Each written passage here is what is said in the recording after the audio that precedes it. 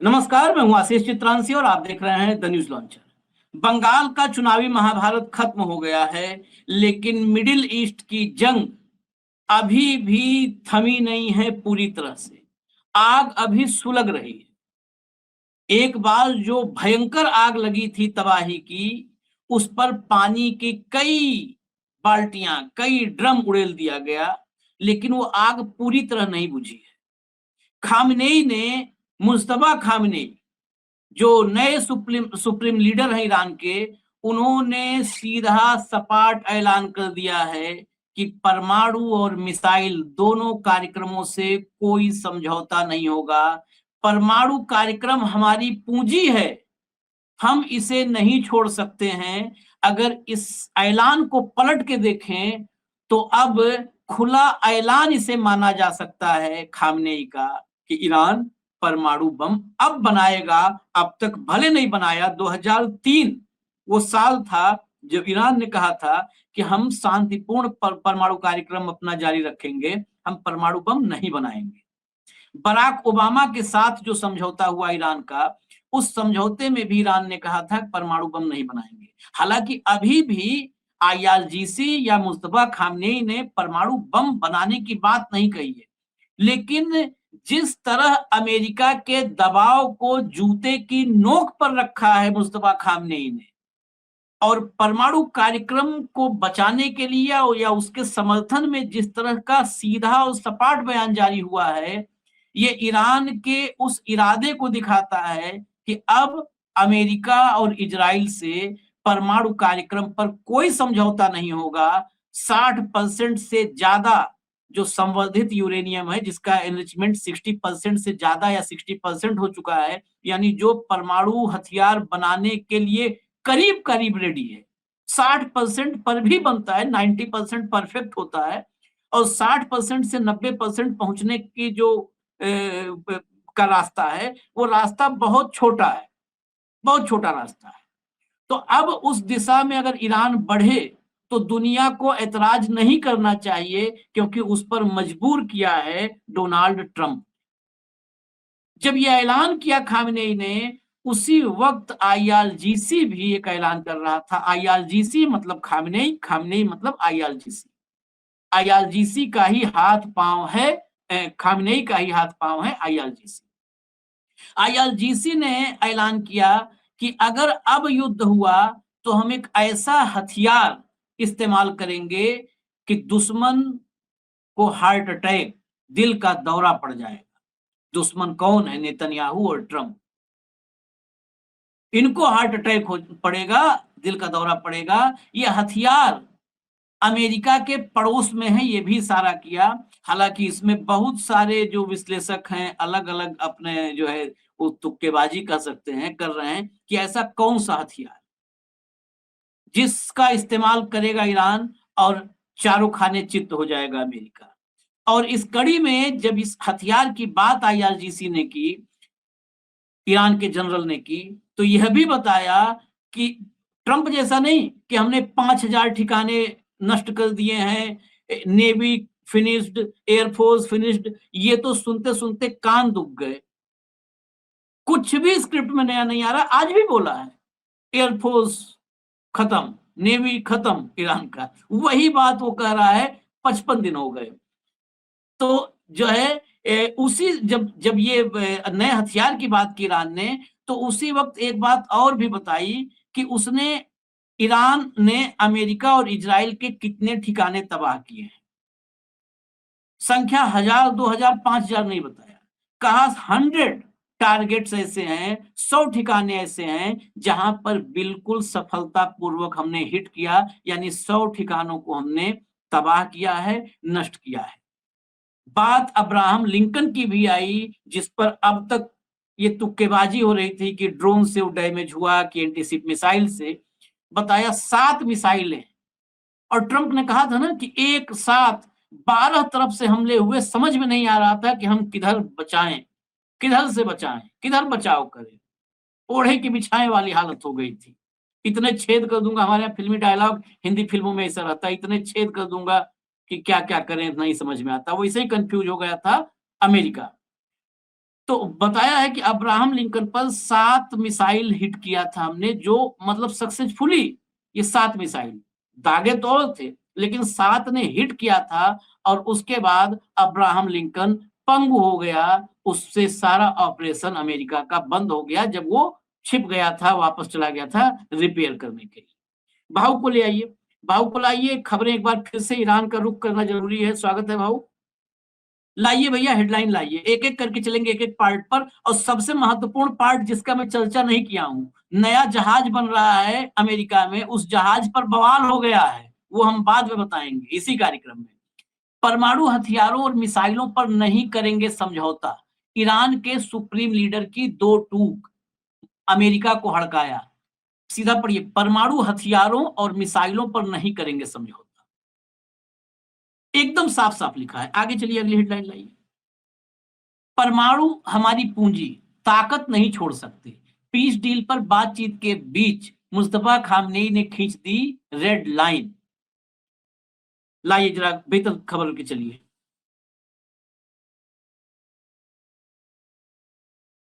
Mustafa Khamenei ने कहा कि दोनों देशों के बीच एक कनेक्टिंग पॉइंट होने के अलावा इसने ओमान सागर के जरिए ग्लोबल इकोनॉमी के लिए एक जरूरी और अनोखा रास्ता बनाया है। इस स्ट्रेटेजिक एसेट ने पिछली सदियों में कई शैतानों के लालच को जगाया। ये जो होर्मुज स्ट्रेट है, कई शैतानों के लालच को जगाया। यूरोपियन और अमेरिकन विदेशियों के बार बार हमले, जिससे इस इलाके के देशों में असुरक्षा, नुकसान और कई खतरे पैदा हुए हैं। यह पर्सियन गल्फ इलाके के लोगों के खिलाफ दुनिया की घमंडी ताकतों की खतरनाक साजिशों की बस एक झलक है। इसका सबसे नया उदाहरण महान शैतान का तलवार लहराना है। महान शैतान अमेरिका को कहा उन्होंने। आगे चलिए जरा। होर्मुज पर बड़ा क्लियर स्टेटमेंट है। होर्मुज को उन्होंने कहा कि ये कोई सवाल ही नहीं है, अमेरिका की दखलंदाजी होर्मुज से हम सदा के लिए खत्म कर रहे हैं। ये ऐलान खामनेई का था। हर चीज जिसमें हम टेक्स्ट में नहीं लाए हैं वो हम बताते हैं, आगे भी बता रहे हैं। मुस्तफा ने कहा कि आज ईरानी राष्ट्र ने सिर्फ उन लाखों लोगों को नहीं जगाया है जो जियोनिज्म और खून के प्यासे अमेरिका के खिलाफ संघर्ष में अपनी जान कुर्बान करने के लिए तैयार है, बल्कि इस्लामिक उम्मा एकजुट है।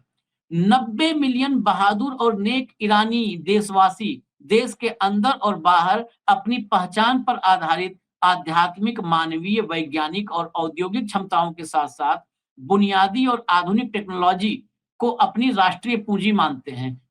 क्या है आधुनिक टेक्नोलॉजी? वो सब डिटेल में उनके है, नैनो और बायो से लेकर न्यूक्लियर और मिसाइल तक। वे इनकी रक्षा वैसे ही करेंगे जैसे वे अपने जल, जमीन और हवाई बॉर्डर की रक्षा करते हैं, वैसे ही न्यूक्लियर से लेकर मिसाइल तक की रक्षा होगी। बिल्कुल स्पष्ट मैसेज आया है, संदेश आया है। मुस्तफा खामनेई अब तक नहीं सामने आए हैं, लेकिन जब भी एकदम लाइन, वही कहते हैं रेड लाइन जब खींचनी होती है तो उनका स्टेटमेंट आता है, बाकायदे पढ़ करके ईरान में सुनाया और बताया जाता है। और ईरान के लोग साथ हैं, ये सर्वे में भी आ चुका है। 71% ईरानी ये मानते हैं कि अगर इस युद्ध को अंजाम तक पहुंचाया जाए, मतलब युद्ध रोका ना जाए, तो ईरान ज्यादा समृद्ध और खुशहाल भविष्य लेकर के सामने आएगा। इसमें जो मैंने कहा था कि उन्होंने कहा कि होर्मुज से हम सदा के लिए अमेरिकी दखलंदाजी खत्म करेंगे इस युद्ध में। भाऊ, सबसे पहला पार्ट, इसके बाद हम आएंगे वो 100 टारगेट और हथियार, हार्ट अटैक वाला हथियार क्या है। लेकिन पहला पार्ट, ये ऐलान ट्रंप बार बार कह रहे थे इनको न्यूक्लियर डील करना नहीं आता है, न्यूक्लियर डील करना नहीं आता है। कोई उस पर बयान आ नहीं रहा था। एक बयान आया और साफ कर दिया, हाँ हमें न्यूक्लियर डील करना नहीं आता है, हम तुमसे कोई न्यूक्लियर डील नहीं करने वाले हैं, तुम डील करो न करो, युद्ध के लिए हम तैयार हैं, तुम तैयार हो कि नहीं ये बता दो।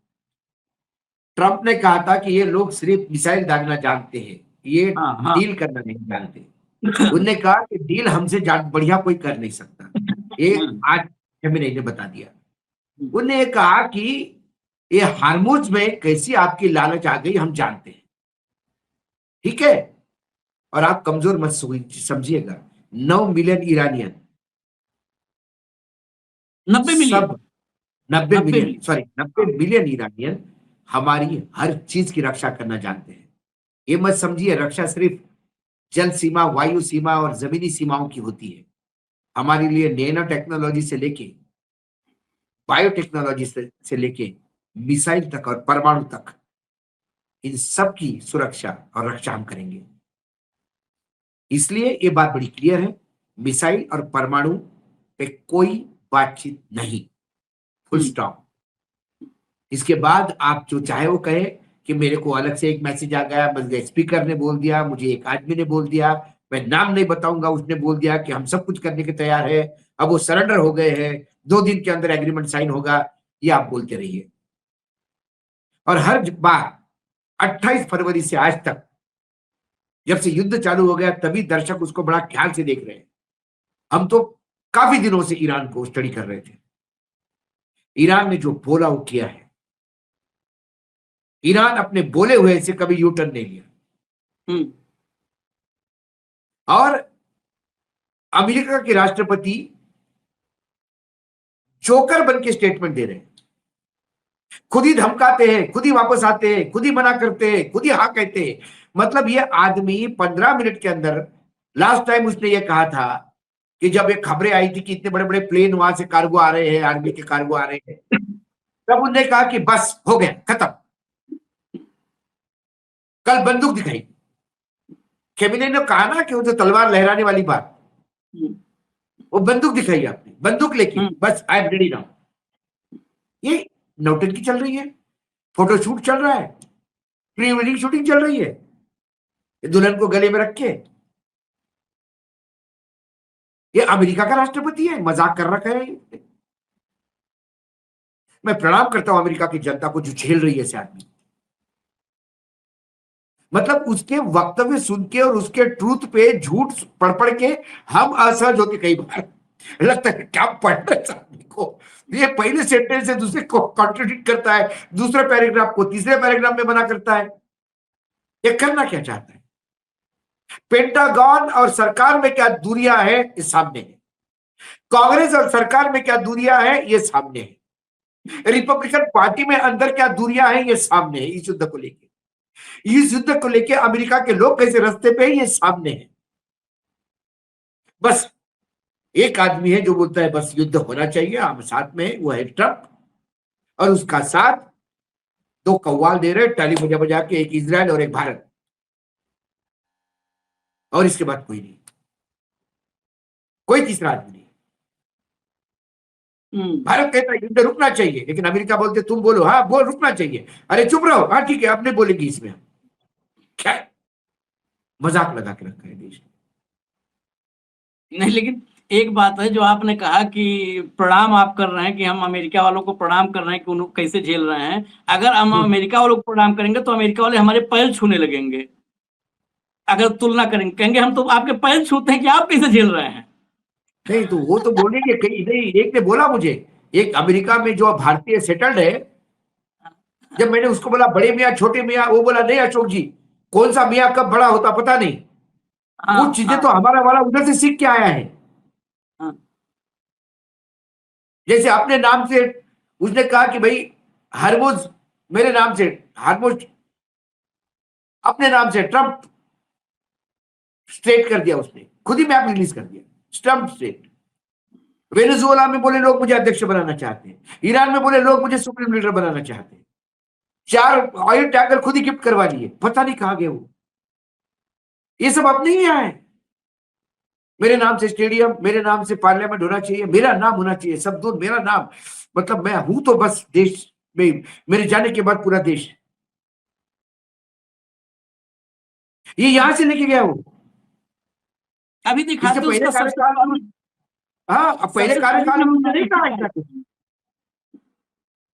इसी कार्यक्रम में सबसे सॉलिड नमूना, इतना महंगा जहाज अमेरिका में कोई नहीं है जो अपने नाम पे बनवाने जा रहा है, और अमेरिकी परेशान है एक्सपर्ट से लेकर के, और पैसा जो उसको, उसका जो डिमांड है उसके लिए, जहाज के लिए पैसे का, वो अमेरिकी कांग्रेस देने को तैयार नहीं कि भैया इतना पैसा एक साथ डुबाएगा ये। चलिए, लेकिन अभी उस पर आएंगे आखिर में। जरा देखते हैं उस हथियार के बारे में, कौन सा हथियार है। इस पर बहुत सारे कयास लगाए जा रहे हैं। आप लोग के पास भी कुछ अगर दिमाग में होगा तो आप लोग भी बताइएगा कौन से हथियार की बात ईरान कर रहा है। हेडलाइन लाइए। ईरान ने कहा फिर युद्ध हुआ तो यूएस के खिलाफ नए हथियार का इस्तेमाल होगा। अगली हेडलाइन लाइए।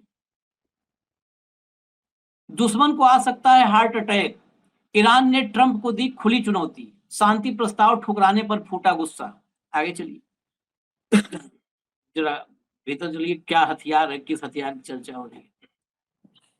मिडिल ईस्ट में जारी तनाव के बीच ईरान के इस बयान से हालात और बिगड़ सकते हैं। ईरान ने दावा किया है कि वह जल्द ही एक ऐसा नया हथियार इस्तेमाल करेगा जिससे दुश्मन बेहद डरा हुआ है और जिससे उन्हें दिल का दौरा तक पड़ सकता है। दिल का दौरा पड़ सकता है। यह चेतावनी ऐसे समय में आई है जब अमेरिकी राष्ट्रपति डोनाल्ड ट्रंप ने ईरान के उस प्रस्ताव को खारिज कर दिया जिसमें होर्मुज समुद्री रास्ते को फिर से खोलने के बदले अमेरिकी नाकेबंदी हटाने की बात कही गई थी। आगे बढ़िए जरा।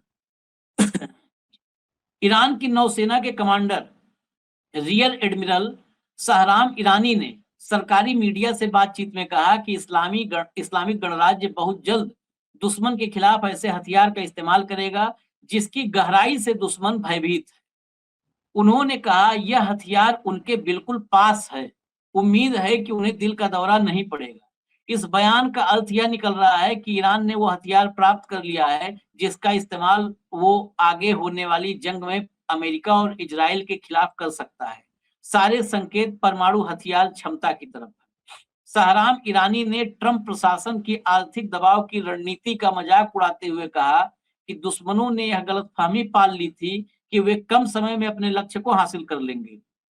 उन्होंने तंज कसते हुए कहा कि अब यह सोच यूएस की सैन्य अकादमियों में भी मजाक बन चुकी है। आगे चलिए, इस पर ये बड़ी चर्चा का विषय है कि ये कौन से हथियार की बात हो रहा है। युद्ध में ईरान ने 100 सफल हमलों की कही बात। ईरानी नौसेना के कमांडर ने कहा कि मध्य पूर्व में संवेदनशील अमेरिकी और इजरायली ठिकानों पर जवाबी कार्रवाई में कम से कम 100 सफल हमले किए गए हैं। कमांडर के अनुसार ईरान ने अरब सागर की तरफ से होर्मुज जलडमरू मध्य को बंद कर दिया है। अगर वे और करीब आए तो हम बिना किसी देरी के जवाबी कार्रवाई करेंगे। उन्होंने आगे कहा कि नाकेबंदी के बावजूद कुछ जहाज हमारे बंदरगाह से रवाना हो चुके हैं और कुछ अपनी मंजिल तक पहुंच भी गए हैं। उन्होंने अमेरिकी सेना की भी कड़ी आलोचना की जिसे उन्होंने नाकेबंदी के हिस्से के तौर पर कुछ ईरानी जहाजों पर अवैध कब्जा बताया। उन्होंने इसे न सिर्फ समुद्री डकैती बल्कि बंधक बनाना भी कहा।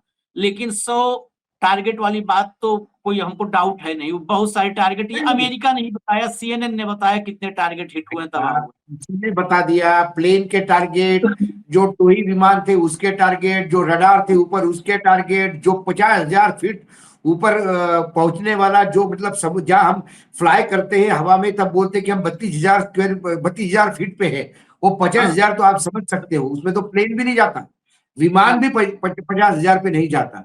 उस पे चलने वाला ड्रोन मार गिराना, F-35 मार गिराना, मतलब 60-70 तो मुझे लगता है हमने पुराने प्रोग्राम अभी स्कैन किए तो 60-70 तो हमने बताए थे।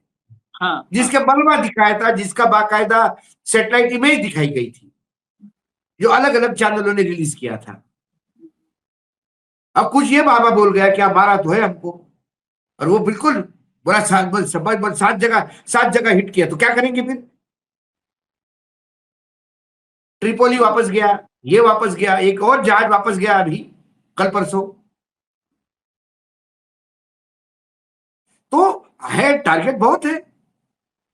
देखिए रडार मारा अमेरिका के सारे बेसेस जितने भी थे 8 देशों में वो हिट हुए सक्सेसफुली। सबका इन्होंने स्पेसिफिकली रडार हिट किया ताकि वो अंधा हो जाए। एम्बेसी का रडार मारा, उसके बाद एम्बेसी ध्वस्त की, सीआईए का हेडक्वार्टर ध्वस्त किया, बोल के बैंक को मारा, बोल के डाटा सेंटर को मारा, और डाटा सेंटर को उसी बिल्डिंग को मारा जिसमें सर्वर थे, बोल के हयात होटल को मारा। मतलब ऐसा लगता है कि याद आते समय 100 की लिस्ट तो अभी हो जाएगी। हाँ, 100 तो सूची हमारे पास ही हो जाए बन जाएगी। लेकिन वो हथियार कौन सा है जिस हथियार के बारे में कह रहा है कि नया हथियार इस्तेमाल करेंगे जो अमेरिका के दावे के साथ कह सकता हूं कि ये परमाणु हथियार है। और दावे के साथ कहता हूं कि ईरान ने परमाणु ताकत हासिल कर ली है। हाँ, जो नया हथियार वो कहते हैं, ये हो गया है। और ये बोल के उन्होंने अमेरिका को आगाह किया कि हम भी परमाणु शक्ति है, सोच समझ के सनद रहे। और यदि इसमें परमाणु हथियार का उपयोग हुआ, या ईरान ने किया या इजराइल ने किया या अमेरिका ने किया, तो हम आइस एज में चले जाएंगे, क्योंकि परमाणु हथियारों का उपयोग होते से ही विश्व युद्ध की तरफ बढ़ता कदम होगा। और फिर कोरिया तैयार बैठा है, रशिया तैयार बैठा है, चीन तैयार बैठा है, ये सीधा अमेरिका में हमला करेगा। यूरोपियन यूनियन और नाटो कितना दूर रहेंगे उससे, ये समय बताएगा। वर्तमान में तो सभी दूर है। इसमें सबसे ज्यादा नुकसान मिडिल ईस्ट का होगा और अमेरिका का होगा। इसमें 2-3 संकेत हैं। एक तो कहा कि ऐसा हथियार है जिससे दिल का दौरा न पड़ जाए। बस वही है, और क्या है। बहुत गहराई में है। तीसरा, अमेरिका के बहुत करीब है। अब अमेरिका के करीब वाला तो नहीं सेट हो पा रहा, लेकिन गहराई में तो उनका सारा जो परमाणु फैसिलिटी है वो तो वाकई बहुत गहराई। करीब का भी मैं बता रहा हूँ। इंटरकॉन्टिनेंटल ब्लास्टिक मिसाइल इनके पास आ गए हैं, ऐसी रिपोर्ट है मार्केट में। आईसीबीएम यदि इनके पास आ गए, ईरान के पास, तो फिर अमेरिका इनके जद में है, तो अमेरिका के नजदीक है। अगर आईसीबीएम ईरान के पास आ जाएगा तो चीन के मुकाबले ईरान से ज्यादा करीब है अमेरिका। उत्तर कोरिया के मुकाबले नॉर्थ कोरिया की भी ज्यादा करीब है। और जो टेक्नोलॉजी यूज कर रहा है, भूल जाइए रशिया ने दी कि नॉर्थ कोरिया ने दी कि किसने दी। आप ईरान को कोई ऐसा खाना बदोश देश मत समझिए। नहीं, टेक्नोलॉजी में और मैथमेटिक्स में ईरान का कोई हाथ नहीं पकड़ता। मैथमेटिशियंस कई चीजें पूरे अमेरिका, चीन और रशिया के लिए भी शॉकिंग है जो ईरान ने इस बार मिसाइल में और ड्रोन में यूज की।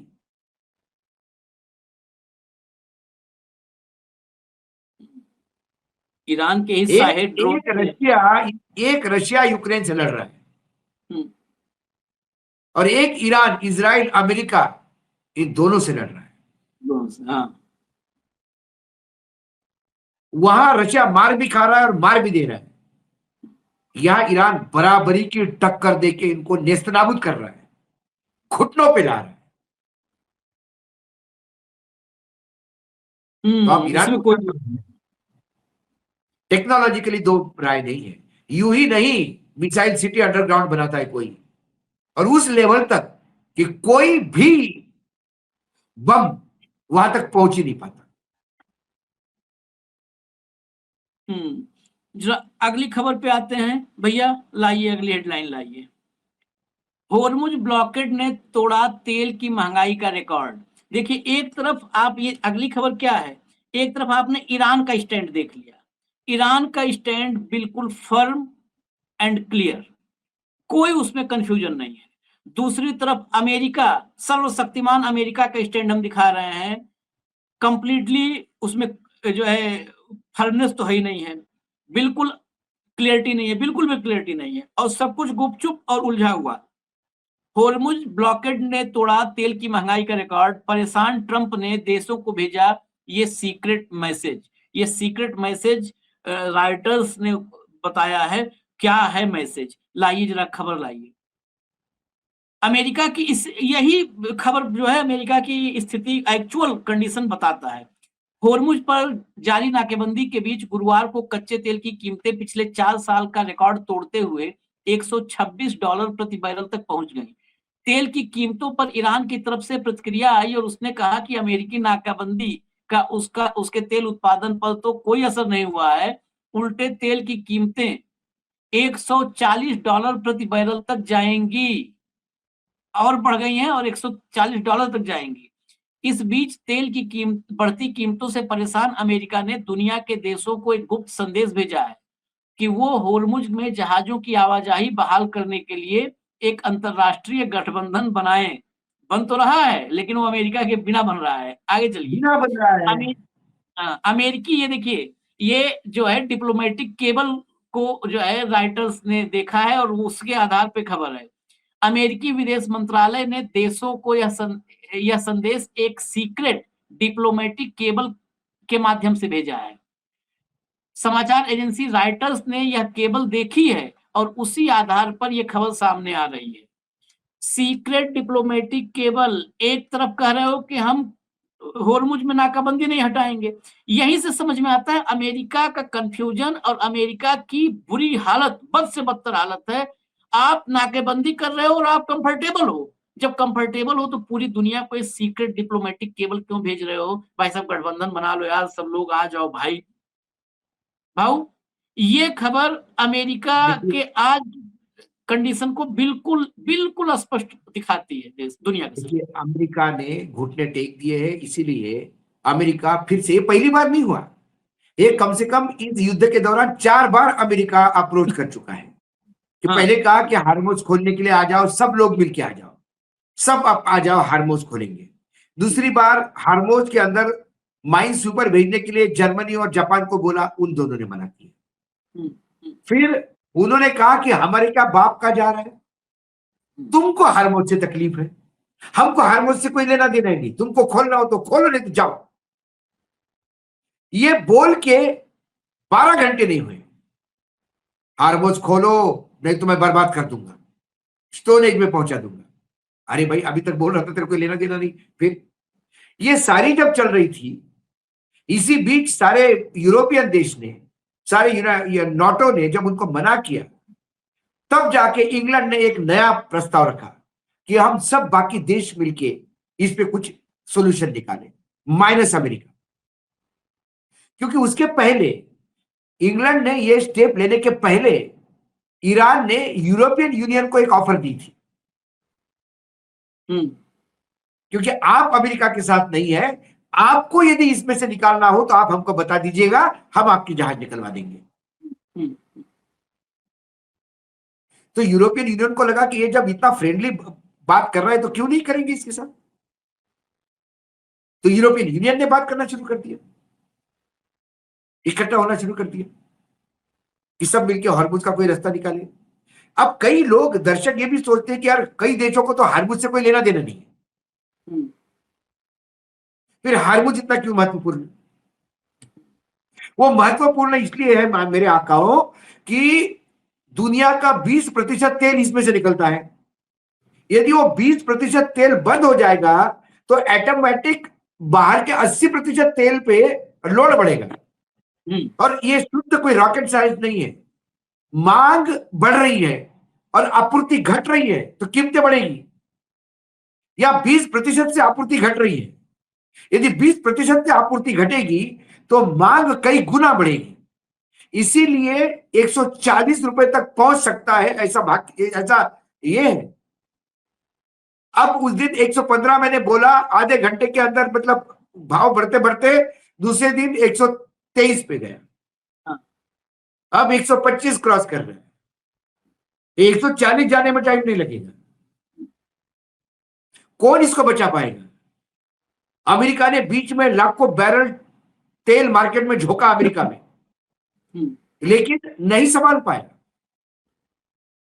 तो जो ऑस्ट्रेलिया जैसा, मैंने पहले भी कहा था, दूर का देश है जिसको कोई लेना देना नहीं हार्मुज से, और कोई मतलब दूर दूर है बेचारा, उसको भी तेल के रेट बढ़ने से उनको तो भुगतना ही पड़ता है। अपने गांव का जो रामलाल है, जो यहाँ ढाबा चलाता है, चाय की दुकान, चाय बेचता है, और दाल, बेचारा दाल फ्राई और रोटी और सब्जी बेचता है, उसको क्या लेना देना हार्मुज से? लेकिन चाय के रेट भी डबल करने पड़े क्योंकि इसका सिलेंडर आज 1000 रुपए एक्स्ट्रा हो गया। ऐसे कई देश हैं, पूरा विश्व, अमेरिका खुद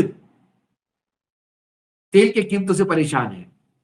अमेरिका सबसे बदतर स्थिति में है। मैं एक रिपोर्ट लेकर के जल्द ही, चाहे आज रात में नहीं तो कल सुबह डायरेक्ट हिट में, अमेरिका की कंडीशन, अमेरिका इस समय सबसे ज्यादा कहे ना कि बारूद के ढेर पर है। अमेरिका बारूद का ढेर मतलब बिछाया हुआ नहीं बारूद, पूरा का बिल्कुल। पूरा अमेरिकी साम्राज्य कोलैप्स होने के कगार पर है और अमेरिका के टॉप के एक्सपर्ट्स चेतावनी दे रहे हैं। लेकिन अभी जरा आते हैं उस पर जिसकी शुरुआत में बाबू ने चर्चा की थी कि यहाँ वाले से सीख रहा है। देखिए जरा खबर लाइए, हेडलाइन लाइए। चीन का डर, ट्रंप अपने नाम पर बनवा रहे बैटलशिप, महंगे युद्धपोत और भारी खर्च पर छिड़ी बहस। चलिए जरा खबर के भीतर चलिए, थोड़ा सा सारांश दिखा दें इसके खबर।